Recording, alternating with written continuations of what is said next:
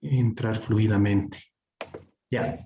Otra vez tengan a todos los últimos que han ingresado, buenos días a la clase teórica de endodoncia 2. El día de hoy vamos a hablar de lo que es el acceso y un poco la trepanación de lo que es al conducto radicular. Este es un tema bastante amplio, ¿no? Bastante amplio. Vamos a tratar de resumir todo lo que es el acceso al conducto radicular. Este tema, ustedes ya lo han visto en lo que es tercer año. Estamos complementando, obviamente, eh, eh, algunos temas que ustedes lo van a llevar en clínica, lo tienen que aplicar en realidad en clínica, ¿ya? Eh, el acceso, bueno, obviamente es una de las primeras etapas quirúrgicas para acceder a lo que son los conductos radiculares y para realizar lo que es el tratamiento de conductos radiculares, ¿no? Eh, esta etapa o esta fase, ¿no? Nos va a ayudar a localizar esos conductos y que nosotros entremos de forma recta, correcta. Sabemos las diferencias que tiene el conducto radicular, ¿no? Sabemos las curvaturas, ya sabiendo anatomía interna, sabemos las posibles curvaturas que puede tener un conducto radicular, ¿no? Y lo que menos queremos es hacer que la lima presente un estrés para que pueda haber algún tipo de accidente, ¿ya? Entonces el acceso tiene que ser hecho de forma correcta. ¿Está bien? No solo el acceso, sabemos que eh, tenemos que ingresar al conducto a través de los diferentes tercios y empezamos trabajando por el tercio cervical, ¿no? Entonces el acceso al conducto, a la pieza dental, a la cámara pulpar y al conducto radicular llegan a ser muy importantes y nos pueden determinar lo que puede llegar a ser un éxito o un fracaso del tratamiento endodóntico. ¿Está bien? Si realizamos obviamente un mal acceso, una mala planificación del tratamiento, siendo este uno de los primeros pasos de la endodoncia, ¿no? Obviamente nos puede destinar al fracaso, ¿no? Nos puede destinar al fracaso. Sabemos que la anatomía interna del conducto radicular es totalmente variada, ¿no? Es muy variada en el tercio medio, en su tercio cervical, en su tercio apical, sobre todo. Y no llegar correctamente a esos tercios nos va a destinar al fracaso. Y un buen acceso nos va a determinar un éxito también, ¿no? Antes que nada, en la cámara pulpar, al hacer una apertura, ¿no? Tenemos que eliminar todo lo que es caries, ¿no? Sabemos que a veces hay caries en gran parte de la corona, ¿no ve? Hay caries en gran parte de la corona. Obviamente tenemos que tratar de eliminar también esa caries, ¿no? Pero tratar de reconstruir para que no se debilite la pieza dental cuando nosotros coloquemos el clavo, ¿no? Y como dice acá, uno de los objetivos, voy a sacar mi puntero, perdón.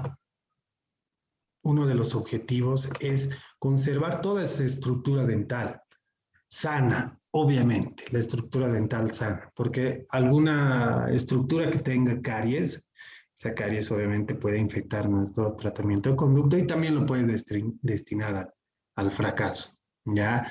Hay que abrir totalmente la cámara pulpar, sí, evidentemente, porque la cámara pulpar también tiene variabilidades anatómicas y la vamos a ver el día de hoy, ¿no? Tenemos cámaras pulpares estrechas, calcificadas, etcétera, ¿no? Algunas muy amplias que presentan unos cuernos pulpares muy pronunciados, ¿no? En donde puede haber alguna vitalidad pulpar, ¿no?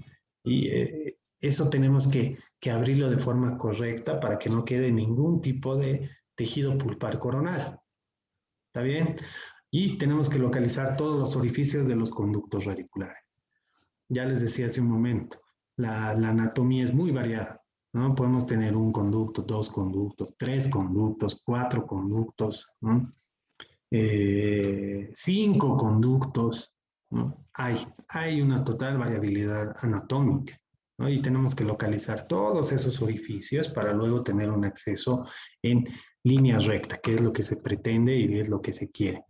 Evidentemente la imagen de la izquierda no es la correcta tal vez, ¿no? porque no tenemos que tener un acceso de este modo en el borde incisal. Si hablamos de los incisivos, ¿no? Que nos dice la teórica que está encima del cíngulo, es más hacia este lado, ¿no? Más hacia este lado, que viene de acá.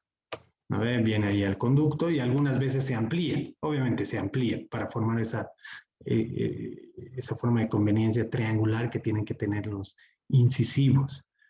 ¿Está bien? Pero es más o menos para graficar, digamos, que tenemos que tener un acceso recto, tratar de tener un acceso recto, porque esto va a reducir el riesgo de alguna fractura que podamos tener en el conducto radicular.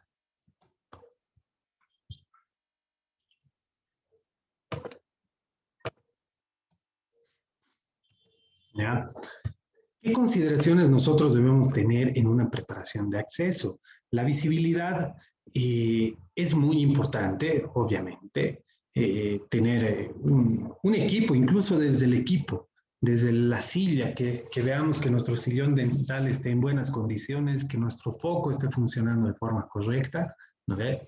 Y eso a veces son detalles, no sé, bueno, si ya han logrado familiarizarse tal vez con un sillón dental, pueden ver que yo les voy a contar una anécdota, nada más rapidita. A veces al cambiar el foco, si ustedes lo cambian mal, a veces se quema el foquito, se cambia mal de forma incorrecta, ese foco va a iluminar en un radio muy grande, ¿no? No de la forma correcta. Cuando se cambia el foco de forma correcta, va hacia solo un plano, donde se ve muy bien, ilumina muy bien, y es lo que me ha pasado hace unas semanas tal vez, donde cambiando el foco no iluminaba de forma correcta. Hemos tenido que mover ahí el foco, colocarlo de forma correcta para que ilumine bien. La visibilidad es muy, muy importante para lograr encontrar esto, lo que son los conductos radiculares. ¿Ve? Aquí también podemos ver la forma de acceso. La imagen de la izquierda vemos un acceso incorrecto,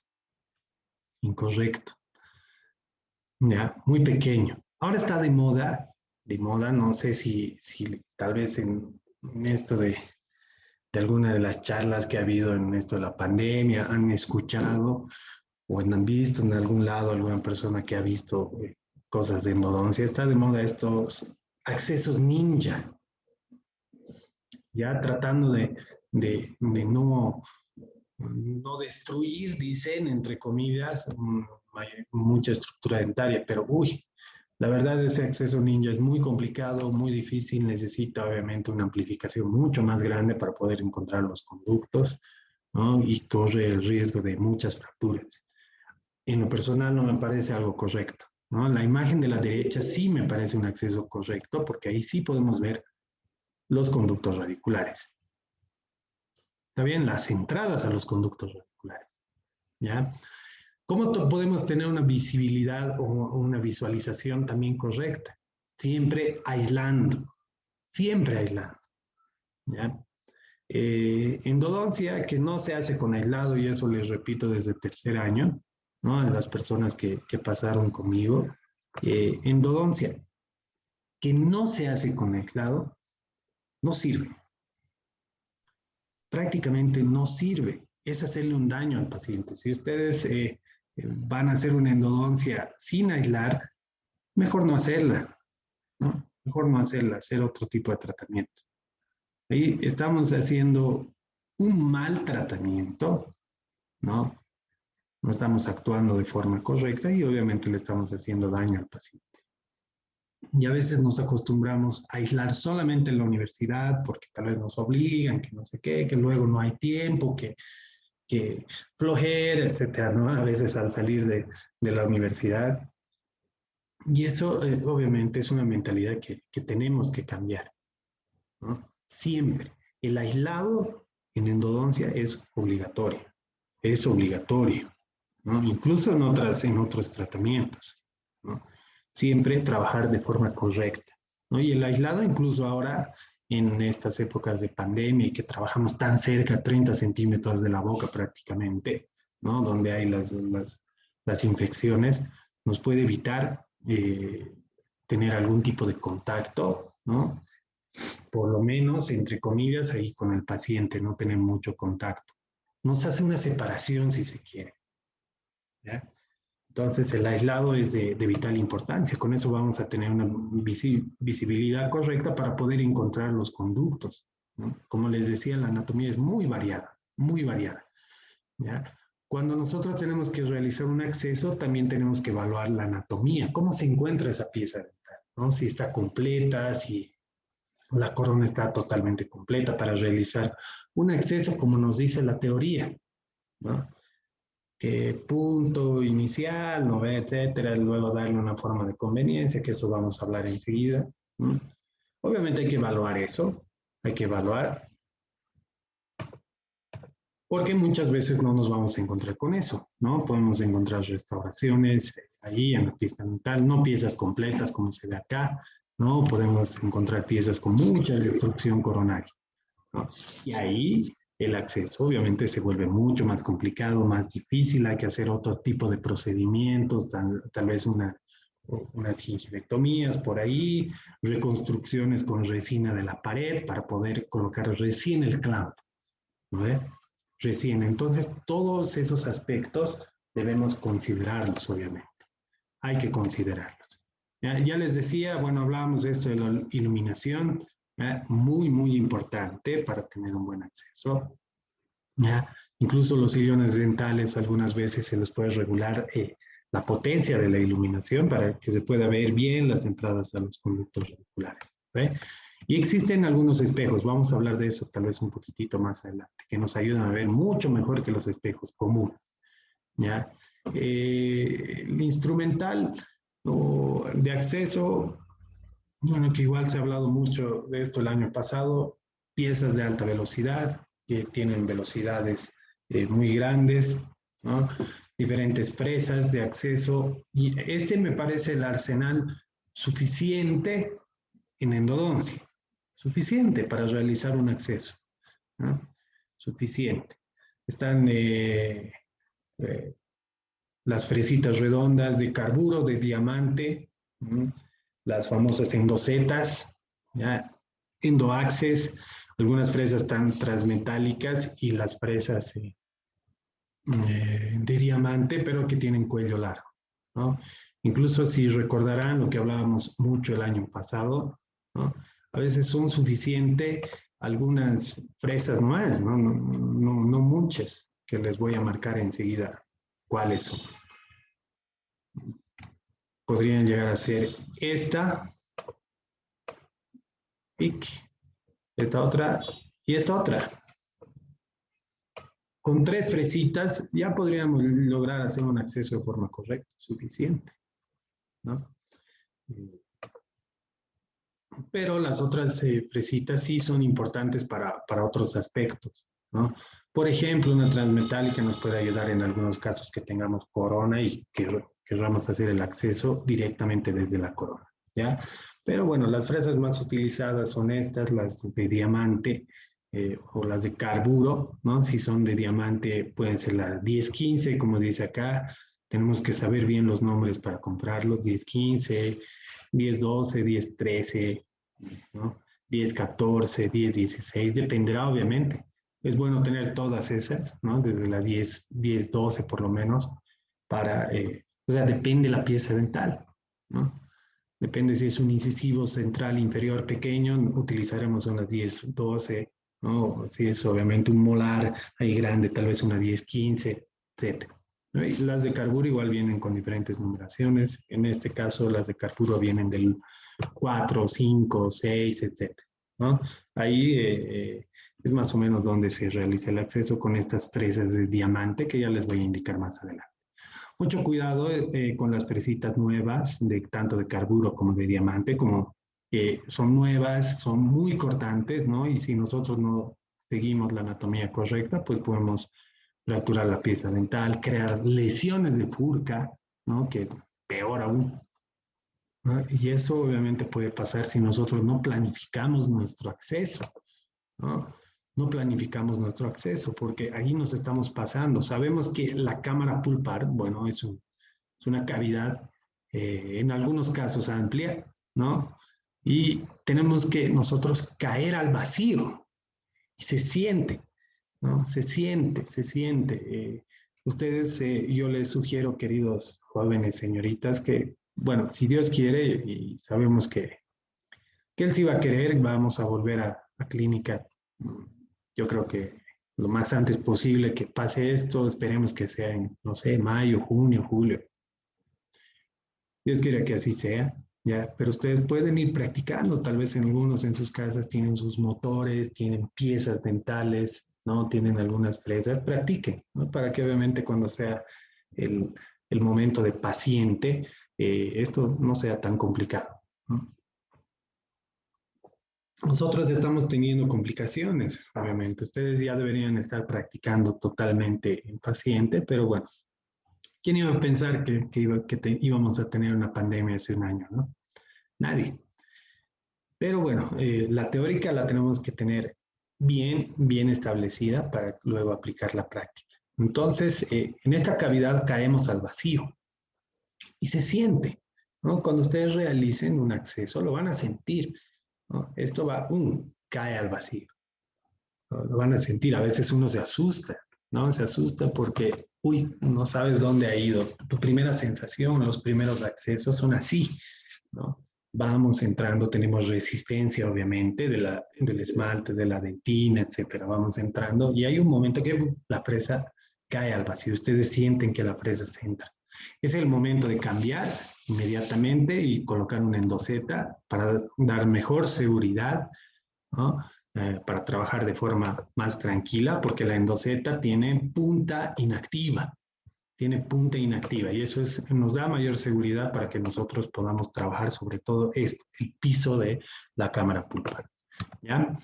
Esta endoseta, bueno, va a eliminar luego todo el tejido dentario, ¿no?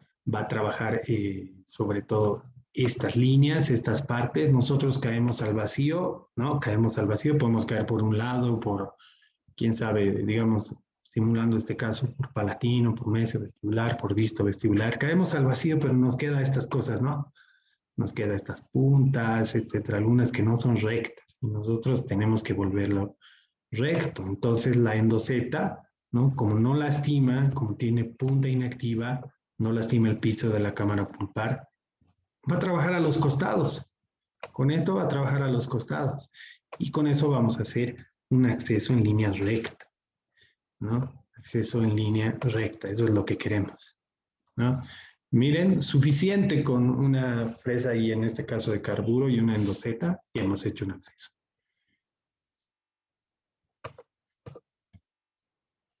Ya, como dice acá, le va a dar una convergencia a las paredes, ¿no? Nada más, obviamente, sus láminas que están de forma helicoidales a los costaditos, ¿ya?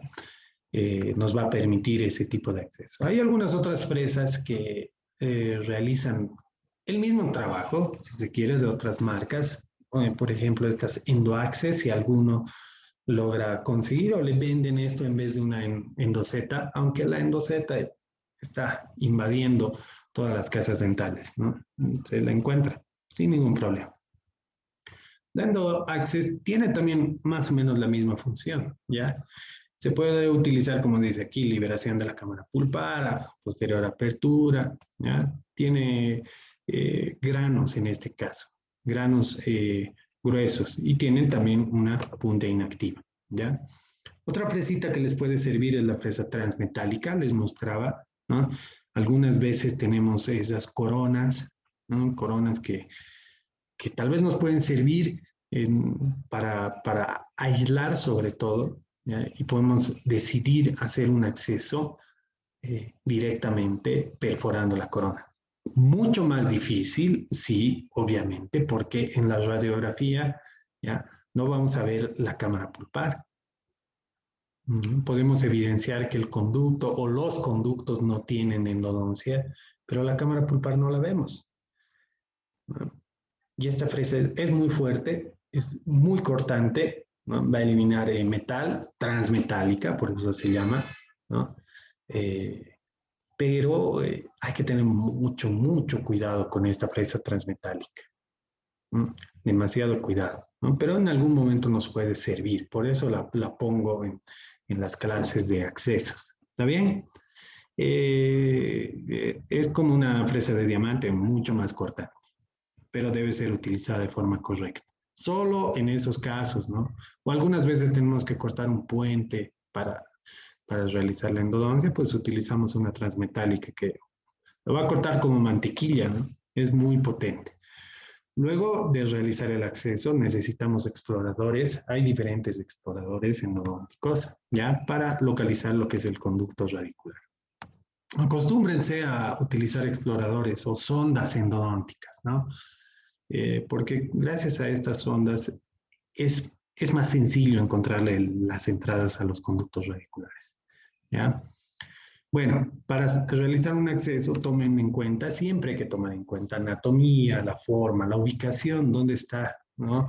Y el tamaño de la pieza dental. El examen clínico será de vitalidad de importancia, porque la posición de las piezas puede ser diferente. Podemos tener piezas giroversionadas, inclinadas, mesializadas, distalizadas, ¿no? A veces están muy inclinadas y nosotros no tenemos que realizar recto y bueno, estamos haciendo una perforación o un daño, ¿no?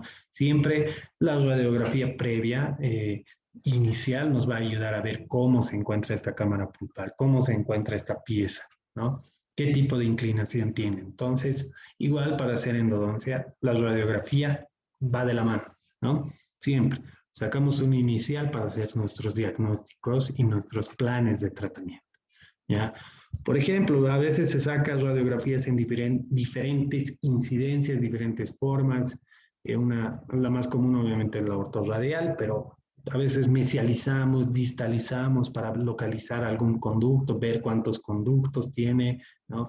Aquí lindo, parece, wow, se ve, solamente tiene 2 conductos este molar. Bueno, eso no pasa generalmente, porque sabemos que el molar tiene 3 conductos como mínimo, ¿no? Es muy bajo a veces el porcentaje de que tenga 2 conductos o un conducto, ¿no? Algunas veces pasa, ¿ya? Las cámaras pulpares. Les decía que esto de las cámaras pulpares es muy importante, ¿ya? Y puede variar la cámara, la forma de la cámara, por cambios fisiológicos, patológicos, ¿no? Masticatorios, mucha función que le damos a la pieza dental, caries, daños, etcétera. Por distintos motivos puede cambiar, puede haber una variabilidad de la forma de la cámara pulpar. ¿Está bien? Obviamente ahí hay una neoformación de dentina y hace que esa cámara pulpar se vuelva cada vez más pequeña, ¿no? Que haya una variabilidad ahí. Por ejemplo, tenemos aquí una cámara pulpar normal, aquí están los cuernos, ¿no? Los famosos cuernos pulpares, ¿no? Y aquí, bueno, tenemos una cámara pulpar muy amplia. Miren acá, desapareció los cuernos pulpares, ¿no? Aquí nodular, ahí hay unos pulpolitos tal vez por ahí. Uy, y esta sí, muy complicada porque solo vemos las entradas a los conductos.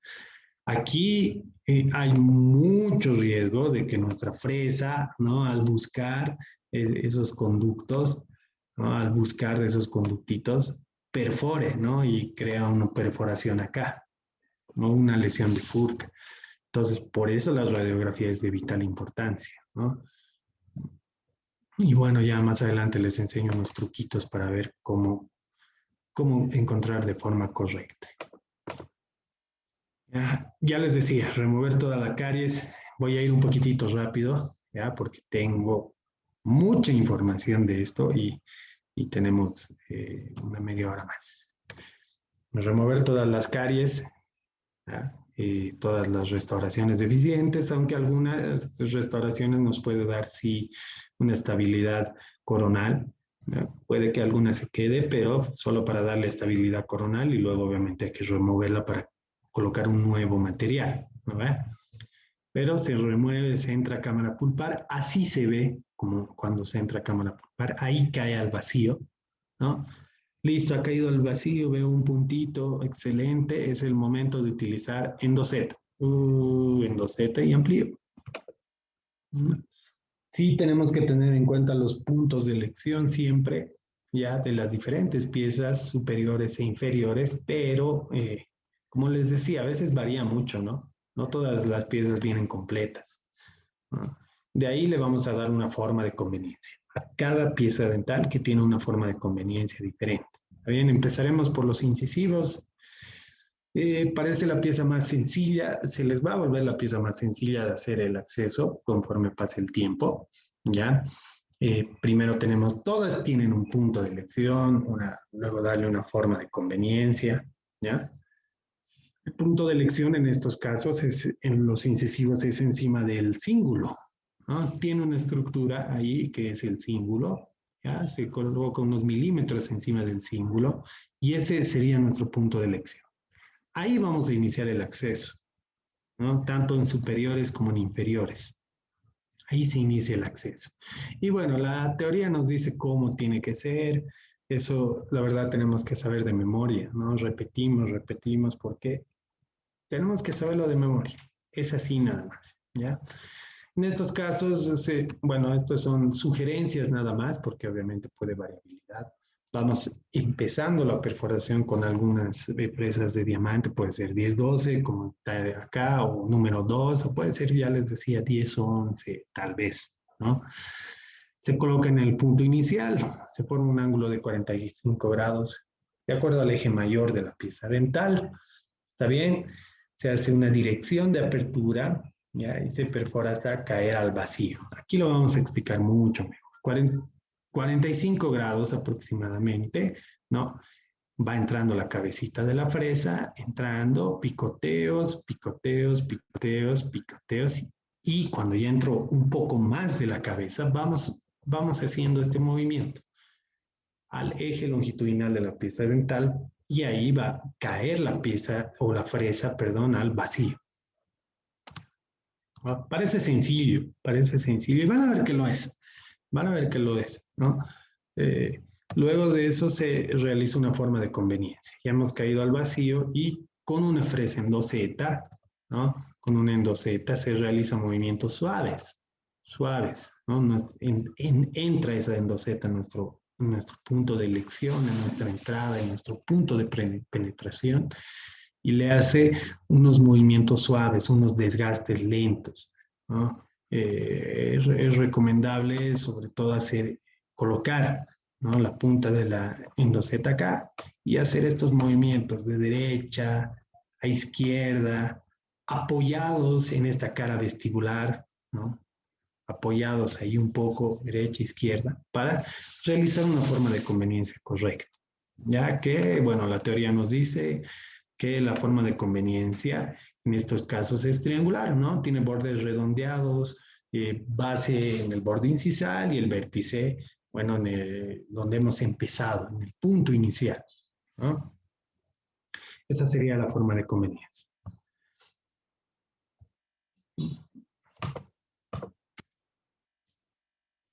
Ay, bueno, lo que les decía es estos movimientos, ¿no? Apoyados, pero con una endoseta, ¿ya? Porque obviamente la fresa de diamante aquí no está actuando mucho, ¿no ve? La endoseta sí va a actuar de forma correcta. ¿Está bien? Bueno, hay algunas imágenes de más o menos cómo tiene que ser el acceso, forma de conveniencia, punto de elección, ¿no? Cómo empezamos 45 grados y luego cambiamos al eje longitudinal del diente para tener un acceso en línea recta. ¿Está bien? Otra de las imágenes del libro de Cohen para ver más o menos la forma de acceso y la forma de conveniencia que se le da a los incisivos. Al finalizar, siempre verifiquemos con una sonda exploradora que no existen estos cuernos pulpares, ¿no? Ahí. ¿Por qué? Porque en estas zonas puede acumularse, en los casos de pulpa vital o biopulpectomías, pulpa vital, ¿no? Y esa pulpa vital puede necrosarse si no la tocamos y puede haber un cambio de coloración de la pieza. En los casos de necrosis, pulpa necrosada tal vez, ¿no? Y una infección. Entonces siempre verificar para que nuestro acceso sea recto. Eso no quiere decir que nosotros vamos a ampliar un montón la pieza dental, eh, creándole una inestabilidad a la pieza dental y posterior fractura. No, obviamente, pero hay que verificar esos puntitos para que entremos en línea recta y no nos quede ahí estos espacios, ¿no? Espacios que quedan ahí. Accesos en línea recta. Bueno, también puede quedar, por ejemplo, en las piezas vitales puede quedar ahí alguna pulpa, ¿no? En los cuernos pulpares y obviamente estos pueden ser causantes del cambio de coloración de la pieza, ¿no? Es una de las causas del cambio de coloración de las piezas dentales, porque sabemos también que hay otras causas que pueden hacer que estas piezas cambien de color, ¿no? Pero esa puede ser una, esa puede llegar a ser una, ¿no? Que tenemos ahí nuestra cámara pulpar, hemos tenido ahí nuestros cuernitos pulpares, ¿no ve? Hemos realizado el acceso o tal vez no hemos ampliado de forma correcta y hemos ampliado así, ¿no? Sí, listo. Y ahí bien, ¿no? Ahí quedó este espacio, ¿no ve? Y eso, pues, esa pulpa puede obviamente necrosarse y puede cambiar de color. Entonces, es bueno siempre verificar con una sonda, ¿ya? Bueno, aquí, ¿qué nos indica?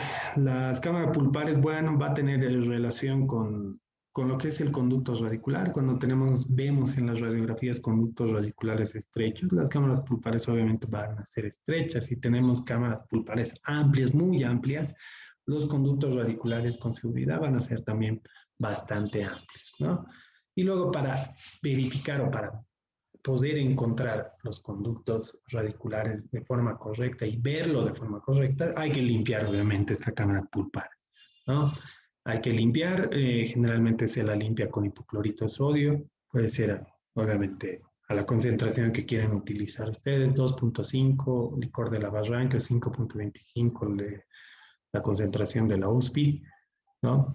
Agua oxigenada, algunos otros autores utilizan. ¿Por qué? Porque hay a veces hemorragia constante, ¿no? La cámara pulpar, pulpa de un volumen grande, ¿no? Entonces a veces hay hemorragia y a algunos les gusta utilizar agua oxigenada en una jeringa. Es válido, totalmente válido, está dentro de los protocolos. ¿Está bien? Esto sobre todo en las piezas vitales, ¿no? Piezas que tienen vitalidad pulpar, volumen obviamente de la pulpa. Se utiliza tiranervios y en incisivos con cámaras pulpares amplias sí se podría utilizar. Después no les recomiendo, ¿no? Desde tercer año les decía que no es recomendable utilizar tiranervios porque tienen estas aspas, ¿no? Y estas aspas se pegan a veces a las paredes dentinarias y se fracturan, entonces ahí es muy complicado, ¿no? Peor en conductos curvos, ni meter un tiranervio, ¿no? Y muchos dirán, ay, pero ¿cómo voy a sacar la pulpa si no, si va a estar ahí? Por instrumentación, ¿no? Porque nosotros instrumentamos, ampliamos y ahí seccionamos la pulpa vital y posterior irrigación del hipoclorito de sodio, que una de las propiedades del hipoclorito de sodio hace que esta pulpa vaya eliminándose y desapareciendo de a poco, ¿no? Entonces, tiranervios es bueno tenerlo, obviamente, porque en algún momento sí se necesita, pero no se utiliza en todos los casos. Evitar este tipo de cosas, ¿no? Evitar este tipo de cosas que nos complican más, ¿no? Miren, por ejemplo, acá en esta radiografía hay varios errores. Miren la apertura. ¿Cuánto se ha ampliado? ¿No? Demasiado, demasiado. No hay riesgo de fractura de la pieza dental. Y de paso, este tipo de accidente nos aumenta, ¿no? De paso, lesión perirradicular nos complica. Complicado el tratamiento. En piezas necróticas, cuando abrimos una pieza necrótica, utilizamos solamente hipoclorito de sodio, ¿no? No es necesario agua oxigenada, ¿no? Vamos neutralizando la infección o la necrosis pulpar con hipoclorito de sodio. Y luego nos preparamos para, como ya se va a ver, ustedes van a ver que ya se va a ver mucho mejor, ¿no? Ya no hay pulpa, ya hemos eliminado la pulpa, hemos limpiado con hipoclorito, ya utilizamos limas, ¿no? Sondas endodónticas y limas, ¿no? Para ver las entradas a los conductos y generalmente se utiliza limas de delgado calibre, ¿no? De delgado calibre. A veces yo pienso, bueno, que estas limitas son las más utilizadas en el tratamiento endodóntico, las más importantes. Las más importantes, las de la preserie, que están incluidas la 6, la 8, la 10, ¿no? Y una límite de la primera serie, la 15. En lo personal pienso que son las limas más importantes en el tratamiento endodóntico, ¿no? Porque esas limas nos dan un camino, nos ayudan a encontrar el camino de forma correcta, sobre todo en esos conductos estrechos, estrechos, ¿no? Entonces, estas limas son las que siempre se van renovando, porque a veces se estiran. A veces al primer uso estas limas se estiran, ¿no? Y hay que cambiar, obviamente, ¿no? Hay que cambiar de limas. Pienso que estas limas tienen que ser siempre de buena calidad, ¿no? Y vemos que alguna de estas limas 6, 8, 10 se estiran, hay que cambiarlas, ¿no? Pero nos pueden determinar un éxito en el tratamiento, ¿no? Nos pueden facilitar el tratamiento de una forma increíble estas limas. ¿Está bien? Para ampliar mejor el conducto. Bueno, ahí se buscan los conductos incisivos inferiores, pueden tener dos conductos. No se sorprendan si alguna vez se encuentran dos conductos.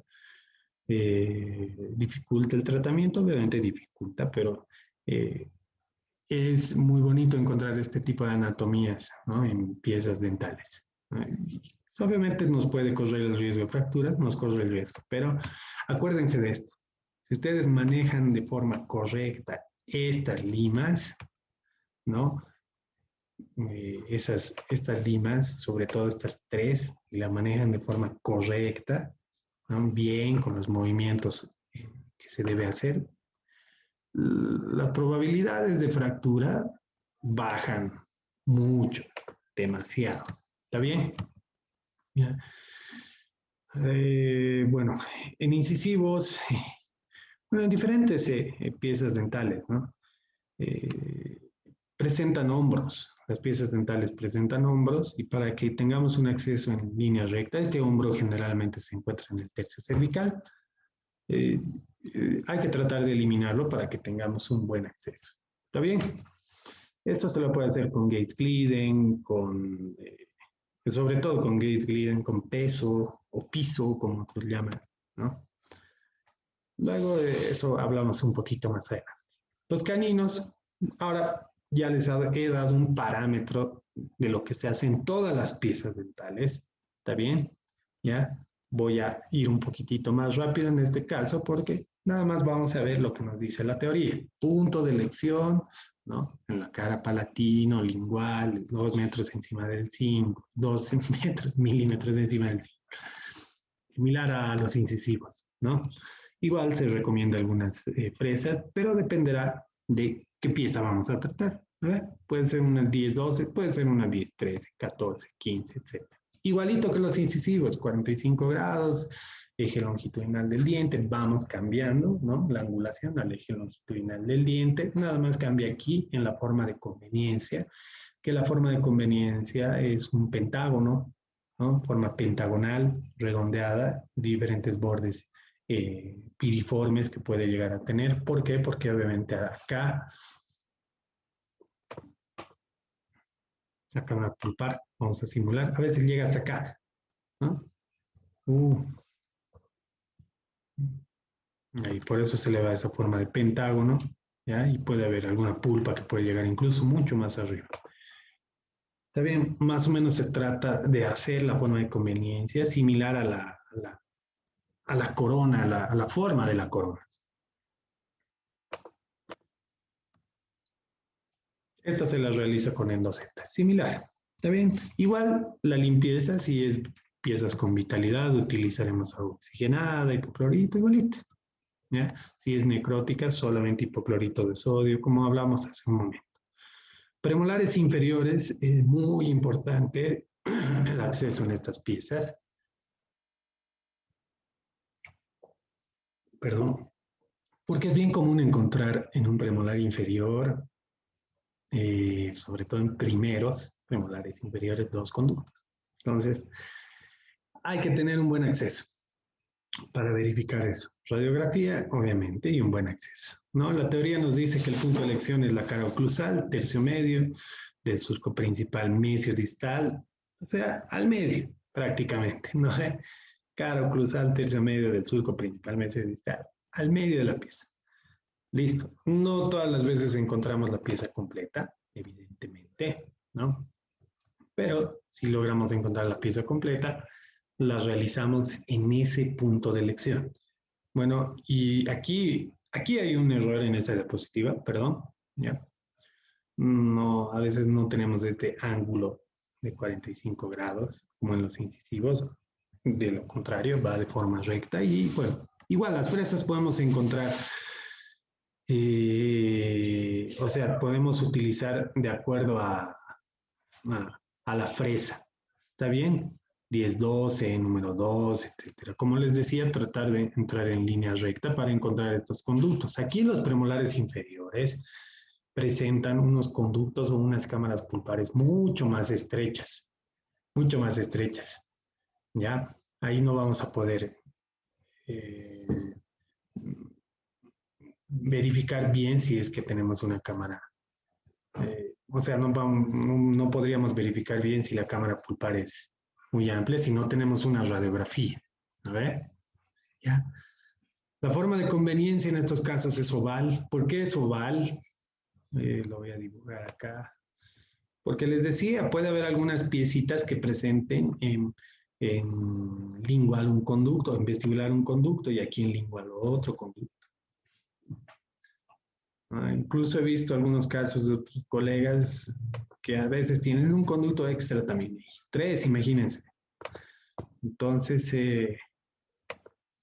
la forma de conveniencia en los premolares inferiores es oval. Oval. Siempre en línea recta. ¿Ya? Igual se verifica con una sonda de que no tengamos esos cuernitos pulpares, que tengamos un buen acceso en línea recta.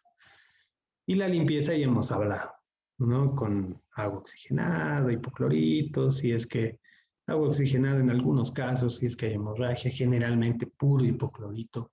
¿Ya? Nos vamos a los premolares superiores. El punto de elección es la cara oclusal, tercio medio, ¿no? Del surco principal mesiodistal. Igual, al medio, ahí está, un punto rojo. Al medio, al medio, al medio. Igual en los premolares superiores. Sabemos que los primeros premolares superiores arriba de un 80% presenta dos conductos, ¿no? Entonces, igual, tiene que tener un buen acceso. Un buen acceso. ¿Está bien? Hasta caer al vacío, hasta no encontrar resistencia, como dice en esta diapositiva. No tener resistencia, caer al vacío, ¿no? La penetración depende igual que las otras piezas, depende de la corona. ¿Cuán grande es la corona? Generalmente se utiliza una 10-12, una número 2, ¿no ve?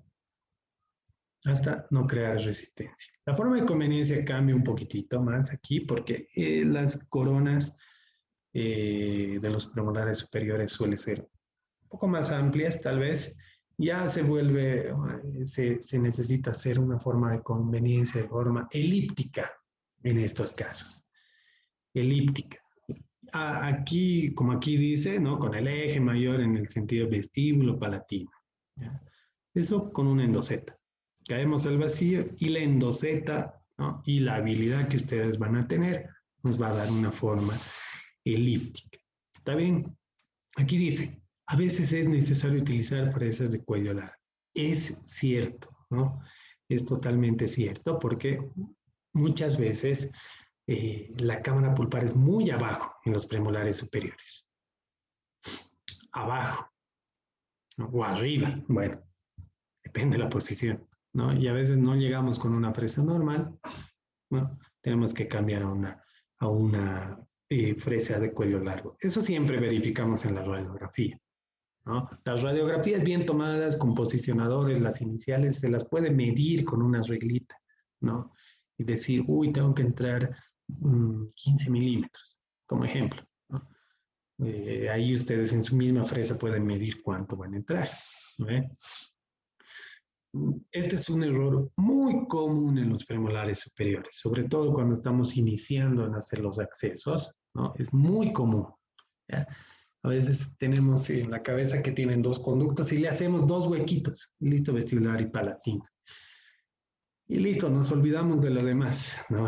Pero debajo de esto hay pulpa y nos puede fracasar el tratamiento, ¿no? Entonces hay que eliminar ese tabique, ¿no? Que se ha creado. ¿Eliminarlo con qué? Endoseta, ¿no? Que se ve así, el piso de la cámara pulpar. Hay algunas leyes que ustedes ya las saben porque las hemos llevado el año pasado. El piso de la cámara pulpar suele ser un poco más oscuro, ¿no ve? A diferencia de la dentina que es blanquecino. Entonces ahí parece un solo conducto, ¿no? En los premolares superiores, pero generalmente se encuentra ahí un conducto vestibular, luego un conducto palatino o al revés. ¿Está bien? Premolares superiores igual, tal vez 3 conductos. Puede pasar. No es tan común en los segundos premolares superiores, ni en los inferiores, ¿no? Generalmente los primeros sí van a encontrar más de un conducto. ¿Está bien? Y como son cámaras pulpares estrechas, tenemos que tener un buen acceso elíptico, les decía, para que nuestras limas entren de forma correcta, porque aquí sí estamos trabajando en un campo muy pequeño, ¿no? Muy pequeño y en algunos casos muy estrecho. ¿Está bien? Tenemos que seguir esas leyes de simetría para encontrar los conductos. ¿Está bien? Tenemos 5 minutos para hablar de los molares. Los molares. No, nos vamos a extender un poquitito más, ¿sí? Porque mi internet es una macana. Y hemos tenido un problema ahí al ingresar. Creo que es mi compu, en realidad, ¿no? Parece que es mi compu. Yo ya creo que tiene más virus que enlaza esta computadora, ¿no? A ver, los molares. El molar inferior, punto de elección. La teórica que nos dice, o la teoría caro-oclusal fosa central. Sencillo, al medio prácticamente, ¿no? Caro-oclusal, obviamente en la caro-oclusal no hacemos en vestibular o en lingual, etc. Caro-oclusal, fosa central. Ahí elegimos, ahí vemos igual la penetración o la primera perforación se realizará de acuerdo a la forma de la corona, puede ser una 10, 12, 13, 14, 15, dependerá, ¿no? Punto de elección, pienso que los molares son más sencillos de hacer un acceso, ¿ya? Cuando tienen obviamente cámaras pulpares amplias, ¿no? Cuando están rectos, vemos en la radiografía que no están inclinados, ¿no ve? Pienso que son más sencillos porque va recto. Entramos, movimientos de picoteo más o menos, ¿no? Entramos hasta caer al vacío, ¿no? A veces nos inclinamos un poquitito más en los molares inferiores, una pequeña inclinación, angulación hacia distal, porque distal es el conducto más amplio, más grueso. Y de ahí recién cambiamos a una endoseta, ¿no? A una fresa endoseta y nos extendemos para llegar a los conductos mesiales, ¿no? Puede haber esa, esa ligera inclinación. ¿Nos puede ayudar? Sí, nos puede ayudar. Les decía anteriormente, ¿qué pasa con esas cámaras pulpares estrechas? Siempre verifiquen su radiografía, siempre su primera radiografía, su radiografía inicial, sáquenla con posicionador, es mucho mejor, así evitamos escorzos, elongaciones, etcétera, de las radiografías, ¿no? Siempre verifiquen eso. En esos casos, cuando tenemos cámaras pulpares muy estrechas, muy pequeñas, a veces no utilizamos pieza de alta, ¿no? Cambiamos, cuando ya estamos muy cerca a la cámara pulpar, cambiamos a pieza de baja, obviamente, para tener mayor seguridad, ¿no? Y no crear alguna lesión de pulca, tal vez. ¿A ver?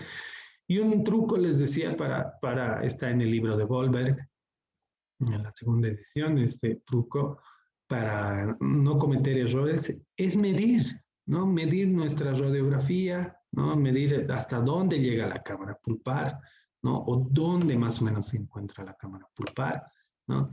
Podemos medir nuestra fresita y tal vez podamos colocarle acá un tope, ¿no? se le puede colocar un tope a nuestra fresa sin ningún problema, de alguna lima ahí que tal vez no estemos utilizando, ¿no? Se coloca un topecito, un tope de goma. Listo, tenemos mayor seguridad, ¿no? Mayor seguridad de que tal vez no podamos tener algún accidente. Eso obviamente en cámaras pulpares muy estrechas, ¿no? Calcificadas. Forma de conveniencia. La teoría nos dice que tiene una forma trapezoidal, ¿no? Forma de trapecio, base mayor hacia mesial, ¿no? La base menor se va hacia distal, ¿no? Como se ve acá. Aquí está, base mayor, ¿no? Se va hacia mesial, porque en mesial podemos encontrar ahí nuestros dos conductitos, ¿no? Dos conductitos que generalmente se encuentran. Aquí uno, el mesiovestibular y el mesiolingual, ¿no? Y aquí el distal, ¿no? Como hablábamos el año pasado, recordarán en la práctica, ¿no? El acceso molares no se hace de forma muy amplia, ¿no? No tengo que hacer en toda la pieza dental. Y les decía, casi la entrada al conducto distal, ¿no? Casi siempre la van a encontrar en la fosa central. No tanto aquí, ¿no? Casi siempre en la fosa central, ¿no? Un poquitito más hacia distal, ¿no? De ahí hacia adelante. Entonces no es necesario hacer nuestra forma de trapecio hasta aquí atrás, ¿no? ¡Wow! Súper grande mi acceso. No, no es necesario. ¿Ya? Esta es la forma, es suficiente para encontrar los conductos radiculares. Sean 3, sean 4, ¿no? Sean 5, los conductos que sean. ¿Ya? Muchas veces, a veces tenemos que ampliarnos un poquitito más hacia distal. ¿Qué quiere decir? Más aquí tal vez, no, aquí tal vez. A veces, ¿ya? Y a veces se le puede dar esa forma más cuadrada, si se quiere el término. ¿Por qué? Porque a veces tenemos un conducto aquí mesial, ¿no? Y aquí podemos tener el disto vestibular, y aquí podemos tener el disto lingual, ¿no? Y aquí podemos tener el conducto mesiolingual. Pero eso, cuando tenemos una cámara pulpar amplia, no es tan complicado ver porque hay unas líneas, ¿no? Sabemos de las líneas de simetría que se ha llevado el año pasado y bueno, yo les decía, perdón, quiero algo un poquitito más delgado, ya no importa. Sigue aquí una línea, siguen unas líneas, ¿no? Van a ver unos pequeños surcos. Si el surco lo encuentran ahí al medio, el micrófono, por favor, puede que el conducto distal solamente sea uno, ¿ya? Si ustedes notan que no hay un surco allí, sino el surco está más al costado, ahí ya sospechen, ¿no? O detrás del conducto, de los conductos mesiales, sospechen, porque ahí puede ser que encuentren 4 conductos, ¿ya? Siempre sean observadores, siempre.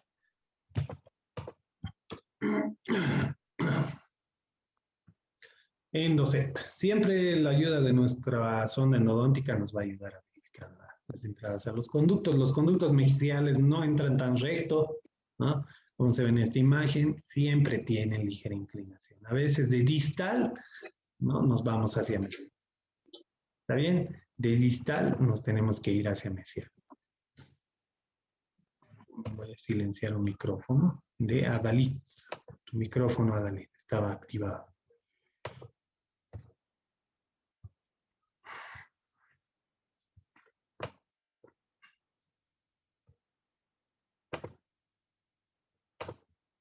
Ya. De distal a mesial. ¿Está bien? Ahí a veces no entras recto, no entras recto. Tenemos que angular, irnos más hacia distal y ahí vamos a encontrar en diagonal esas entradas a los conductos. No pasa lo mismo en distal, porque es más recto. ¿Está bien? Aquí se lo ve clarito. Es tal cual pasa, ¿no? Siempre se angula un poquitito porque tienen un hombro. Luego realizamos un desgaste compensatorio, ¿ya? Mucho cuidado, ya les decía, mucho cuidado. Luego de entrar a caer al vacío, siempre utilicen endoseta, porque la endoseta tiene punta inactiva, les va a dar mayor seguridad. La localización en los molares inferiores, sondas, ¿no? Les decía, bueno, aquí está la imagen de las leyes de simetría. Si ustedes ven esta línea por el medio, sigan esa línea siempre porque esa línea les puede llevar a un conducto, ¿entienden? En cambio aquí, miren, hay una línea, aquí sí de forma triangular, puede haber 4 conductos. Esa línea incluso les puede llevar a un cuarto conducto, a un quinto conducto. ¿Right?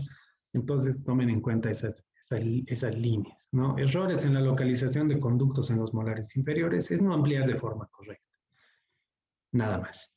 Y uno de los errores comunes que pasan es esta, ¿ya? De que a veces nosotros, wow, ya hemos encontrado 3 conductos, ¿no? Hemos encontrado 3 conductos, pero si verifican bien, aquí está así, triangular. La parte de abajo no está en triángulo, ¿no? Está mucho más abajo. ¿Está bien? Entonces ahí hay que dudar, ¿no? No está algo así, digamos, como debería estar, ¿no? Está hacia abajo. ¿Eso qué quiere decir? Que puede haber un conducto más, ¿no? Debajo de mesio vestibular puede haber un conducto más. Y aquí justo está debajo. Eso entonces nos obliga a ampliarnos un poquitito más y ahí encontrar el orificio de entrada del siguiente conducto. ¿Está bien? Molares superiores, punto de elección, caro oclusal, fosa central, igualito, ¿no? Eso es sencillo. Y penetración igual dependerá de la cámara pulpar, ¿no? En este caso ya tenemos una ligera inclinación hacia palatino, ligera. ¿Por qué? Porque palatino es el conducto más amplio, más grueso, más amplio, ¿no ve? Y luego, lo mismo. Puede haber en molares superiores cámaras pulpares estrechas, lo mismo. A veces cambiamos a las piezas de baja, a las fresas de baja velocidad para entrar a esas fresas. Y igualito en la radiografía inicial podemos verificar y colocar un tope. Igualito. ¿Está bien? La forma de conveniencia es igual trapezoidal, pero la base mayor en estos casos ya va hacia vestibular, ¿no? Y la base menor va hacia palatino. Igual, de la misma forma no necesitamos hacer una ampliación de nuestra cámara pulpar hasta ahí, eliminando mucho tejido, ¿no? Generalmente, el conducto palatino lo van a encontrar, bueno, en dirección palatina, pero muy cerca hacia la fosa central, ¿no? Y si se dan cuenta y ven esta imagen, la apertura no está tan hacia distal, ¿no? Está más hacia mesial, ¿no? Más hacia mesial y obviamente más hacia vestibular, hacia mesio-vestibular. ¿Está bien?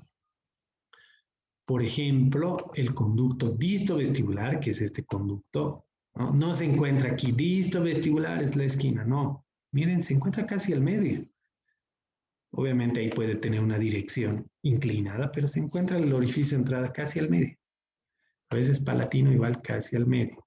Y ahí podemos encontrar el mesio vestibular, ¿no? Y el MB12, que es muy común los primeros molares superiores, igual en un porcentaje, algunas veces hasta el 80% de encontrar 4 conductos, ¿ya? Eso siempre métanse a la cabecita, que los primeros molares superiores casi siempre tienen 4 conductos. La raíz mesio vestibular es aplanada, ¿no? Y eso hace que se dividen en 2 conductos. Hay muchos estudios sobre eso, sobre el conducto, la raíz mesio-vestibular es aplanada y que tiene 2 conductos, ¿no? Los 2 conductos de mesio-vestibular, más el palatino, más el disto-vestibular, 4 conductos. Ya, bueno, siempre verifiquen con una sonda exploradora que no tengan esos cuernos pulpares y la eliminación de toda la cámara pulpar. Igual, al igual que los conductos mesiales de los inferiores, los conductos mesio-vestibulares de los superiores, ¿no? Requieren una inclinación desde distal para entrar a mesial, ¿no? En diagonal.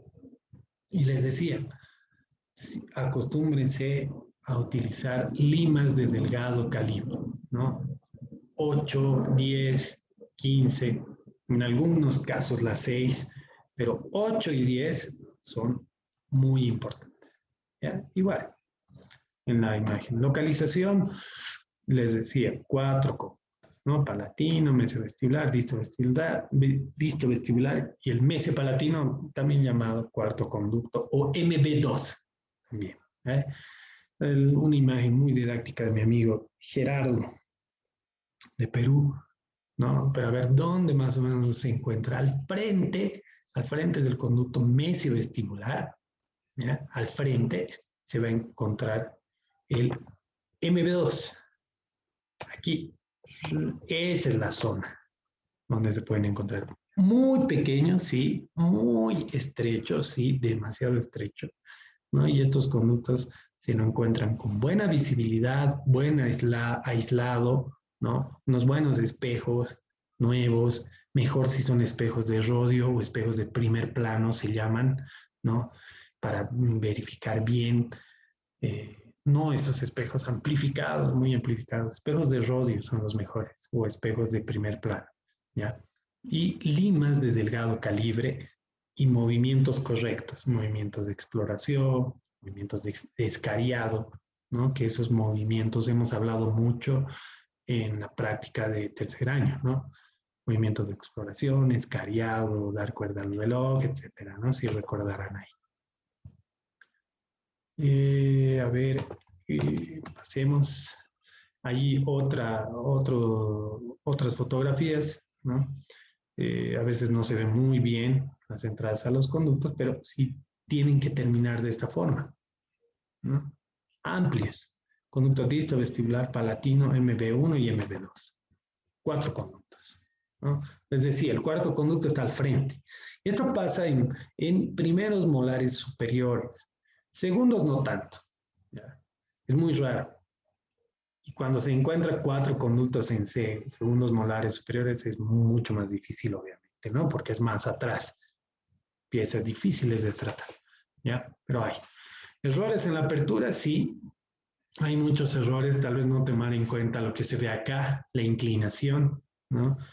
Eh, Algunos autores recomendaban antes de aislar, hacer la apertura.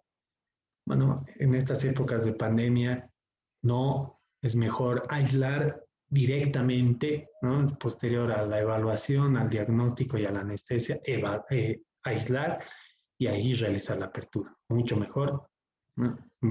Menor riesgo, entre comillas, ¿ya?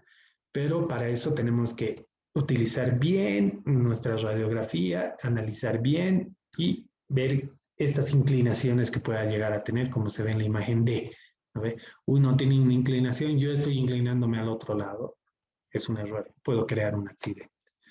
A ver, lo mismo lo que les decía, empiezas con coronas, no vemos la cámara pulpar, ¿no? Y tenemos ahí inclinación de la pieza dental, ¿no? Podemos crear lesiones de Furca, ampliarnos mucho, miren, en un incisivo no demasiado, entonces obviamente siempre tengan un poquitito de cuidado.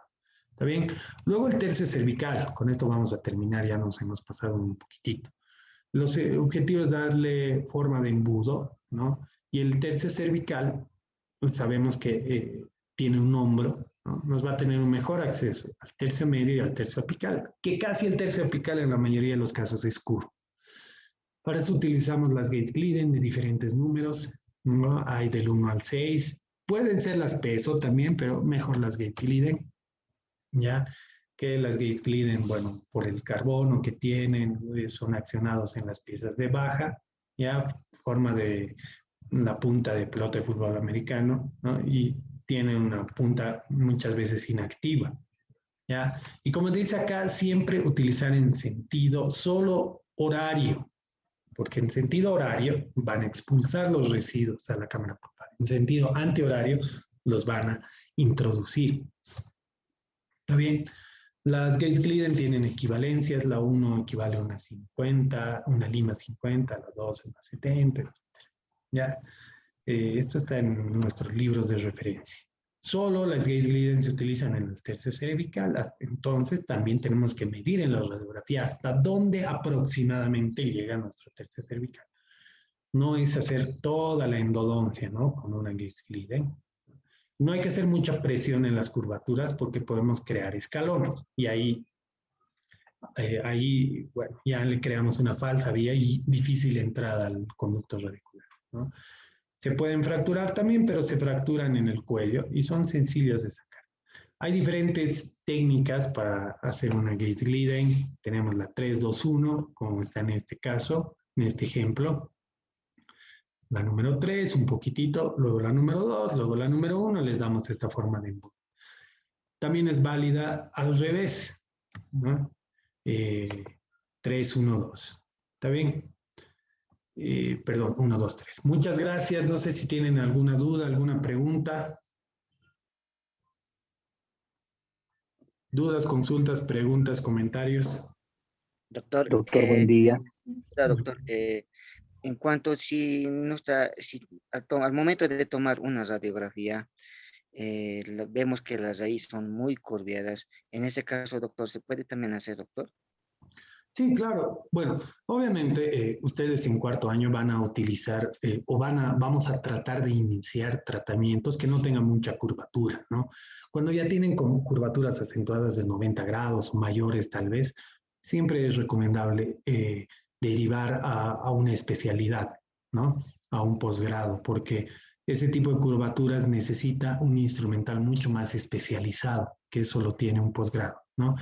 Pero ustedes cuando tomen la radiografía nos van a mostrar, en el caso que estemos en la clínica, cualquiera de los 4 docentes, nosotros analizaremos también su radiografía y si es curva, les vamos a decir no, lo derivaremos al posgrado, ¿no?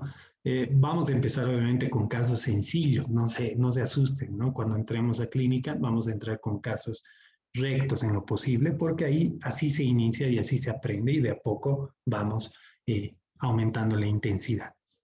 ¿Ya? O la dificultad. ¿Alguna otra duda? ¿Ahí había otra duda o otra consulta? Doctor, buen día. Ya. El agua oxigenada es para cohibir la sangre, la hemorragia del canal. Eso, una vez que se cohiba la hemorragia, doctor, ¿se continúa con el hipoclorito? Sí, exactamente. Exactamente. A veces, solo, como les decía, solo se utiliza en algunos casos que hay una hemorragia muy fuerte, ¿ya? Porque el mismo trabajo lo puede realizar el hipoclorito, pero solo para, está sangrando mucho, un poquitito de agua oxigenada y nada más, porque sabemos que no tiene las propiedades ideales el agua oxigenada, que el hipoclorito sí las tiene, ¿no? Entonces, durante todo el tratamiento se utiliza hipoclorito, obviamente, ¿no? En la instrumentación. Pero en un inicio, si ustedes ven una hemorragia, pueden utilizar un poquitito de agua oxigenada, una jeringa suficiente, ¿no? Solo para, como tú dices, cohibir esa hemorragia. Después nada más. Gracias, doctor. De nada. ¿Alguna otra consulta o duda? Bueno, si ya no hay más dudas y más consultas, muchísimas gracias a todos los que han asistido a la teórica. Ya, obviamente esta clase también está grabada y la vamos a subir en los próximos minutos a Classroom general de la cátedra. Ya, gracias a todos, queridos jóvenes, queridas señoritas, cuídense mucho y les mando un fuerte abrazo y ya nos vemos conmigo en una próxima oportunidad. Hasta luego. Hasta luego, doctor. Tengan buen día. Gracias, doctor, y hasta luego. Tengan buen Hasta día. luego. Hasta luego.